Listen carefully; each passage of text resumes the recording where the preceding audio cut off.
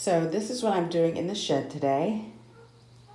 I put the base coat down, and so I am applying a stencil, and this is a perfect way to save money if you don't want to put in those wooden engineered floors.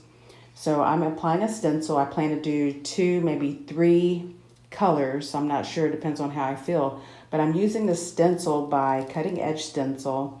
I ordered it off of Etsy. And so far I am happy. I'm happy with the result. Only thing I would have done different is start on the edge of the wall here and work my way under the workbench.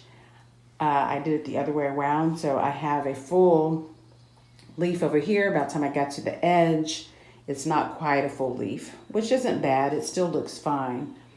But when I do my side, I will work my way from the outer wall under the bench. So my husband's side is the test. Anyway, I am happy with it. I'm going to keep going. This is a really, really light green.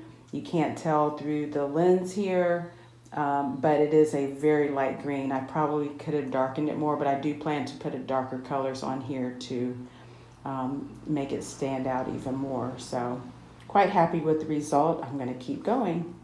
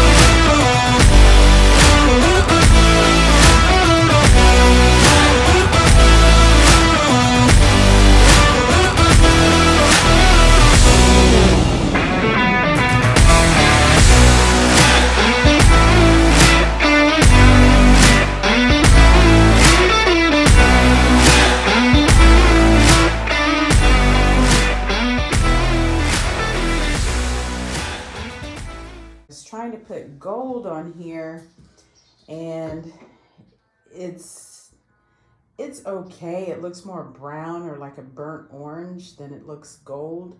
So in my head, I was thinking it was going to be a very shiny metallic-y gold, which is what I was going for, but as you can see, not so much. And this is the product that I'm using.